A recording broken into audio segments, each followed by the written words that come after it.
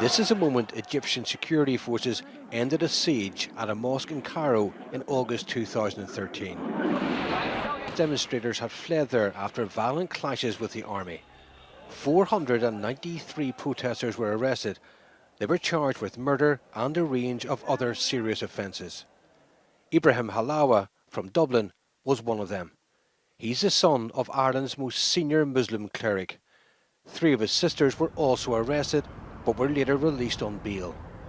One of them was in Belfast today to meet the family's lawyer.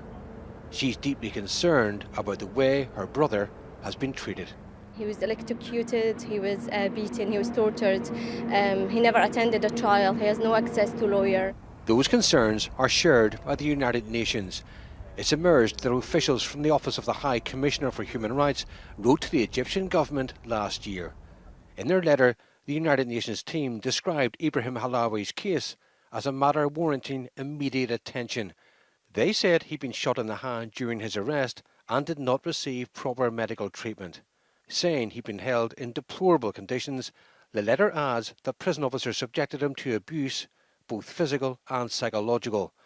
The letter also says it was in contravention of basic guarantees of fair trial and due process of law that he had not had adequate access to a lawyer.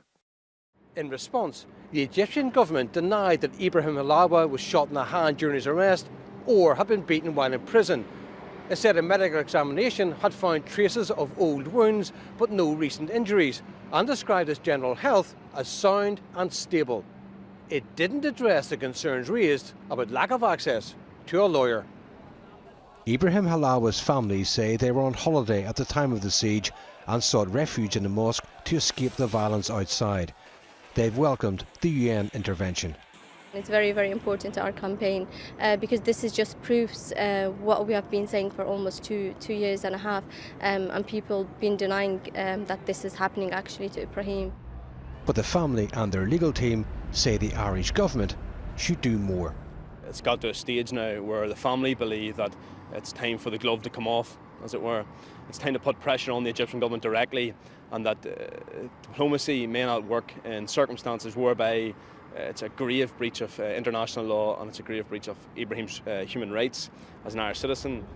The Halawa family say they're alarmed by reports from Egypt in recent days that all of those charged may have been declared guilty without a trial taking place. Vincent Kearney, BBC Newsline.